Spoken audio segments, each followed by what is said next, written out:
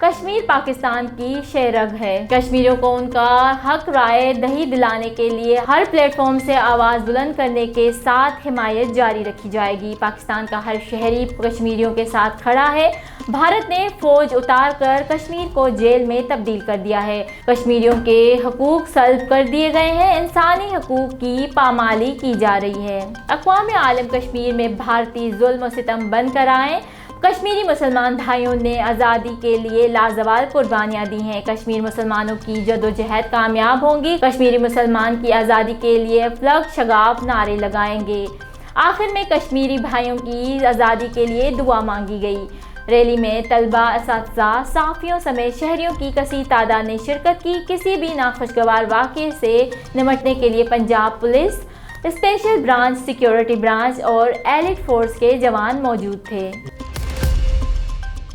روزنامہ الف اسلام آباد، کراچی، حیدرآباد، ٹھٹہ، سکر سے بیک وقت شائع ہونے والا بڑا اخبار سندھ بھر کے تمام نیوز پیپر اسٹال پر دستیاب۔ آپ آج ہی پڑھیں روزنامہ الف۔ شمالی وزیرستان میں سیکیورٹی فورسز کا آپریشن، 2 دہشت گرد ہلاک۔ سیکیورٹی فورسز نے شمالی وزیرستان کے علاقے وطا خیل میں آپریشن کرتے ہوئے 2 دہشت گرد ہلاک کر دیے اور بھاری مقدار میں گولہ بارود اسلحہ برآمد کر لیا۔ تفصیلات کے مطابق پاکستانی فوج کے شعبہ تعلقات عامہ کی جانب سے بیان میں کہا گیا ہے کہ سیکیورٹی فورسز نے خفیہ اطلاع پر شمالی وزیرستان کے علاقے وطا خیل میں آپریشن کیا۔ اس دوران فائرنگ کے تبادلے میں 2 دہشت گرد ہلاک ہو گئے۔ ISPR کا کہنا تھا کہ ہلاک دہشت گرد کی شناخت عصمت اللہ عرف حافظ کے نام سے ہوئی اور دوسرے دہشت گرد کی شناخت کا عمل جاری ہے۔ ترجمان نے بتایا کہ دہشت گردوں سے بھاری مقدار میں گولہ بارود اور اسلحہ برآمد ہوا۔ برآمد اسلحے میں سب مشین گنز، دستی بم اور کئی قسم کی گولیاں شامل ہیں۔ ISPR کے مطابق ہلاک دہشت گرد سیکیورٹی فورسز کے خلاف کارروائیوں، ٹارگٹ کلنگ اور اغوا برائے تعاون میں ملوث تھے۔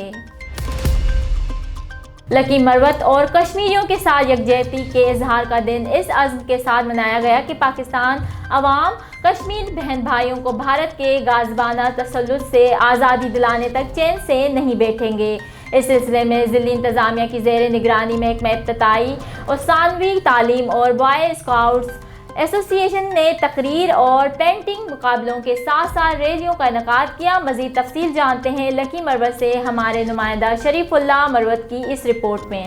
لکی مروت میں کشمیری عوام کے ساتھ یکجہتی کے اظہار کے لیے rally government Shaheed Muhammad Ghassan Khan centennial model high school سے شروع ہوئی، جو اولڈ کچہری روڈ سے ہوتے ہوئی لارے اڈے پر قاضی اشفاق چوک پہنچ کر ختم ہو گئی۔ Assistant sub divisional education officer Aqeel Wazir اور DSP اقبال مومن نے ریلی کی قیادت کی، جس میں بڑی تعداد میں طلباء، بوائے اسکواڈز، اساتذہ، اسکاؤٹ لیڈرز اور مختلف مکتب فکر سے تعلق رکھنے والے افراد شریک تھے۔ شرکاء نے پاکستان اور کشمیر کے جھنڈے اٹھا رکھے تھے اور انہوں نے کشمیریوں کی جدوجہد آزادی کے حق میں اور مودی سرکار کے خلاف نعرے لگائے۔ ڈپٹی کمشنر لکی مروت اقبال حسین بچا اور DO ظہور خان کی زیر نگرانی یکجہتی کشمیر کے سلسلے میں سرکاری اسکولوں کے طلباء کے مابین تقاریر اور پینٹنگ مقابلے بھی منعقد کرائے گئے۔ مقررین نے کشمیر کی جدوجہد آزادی کی تاریخ اہمیت کو اجاگر کرتے ہوئے کہا کہ بھارت نے کشمیر کی وادی پر غاصبانہ قبضہ کر کے وہاں ظلم ستم کا بازار گرم کر رکھا ہے، جبکہ عالمی برادری اور انسانی حقوق کے ادارے خاموش تماشائی کا کردار ادا کر رہے ہیں۔ کشمیر پاکستان کی شہرگ ہے اور پاکستانی عوام کے دل کشمیری بہن بھائیوں کے ساتھ دھڑکتے ہیں، جو ان کی سیاسی، اخلاقی اور سفارتی مدد جاری رکھیں گے۔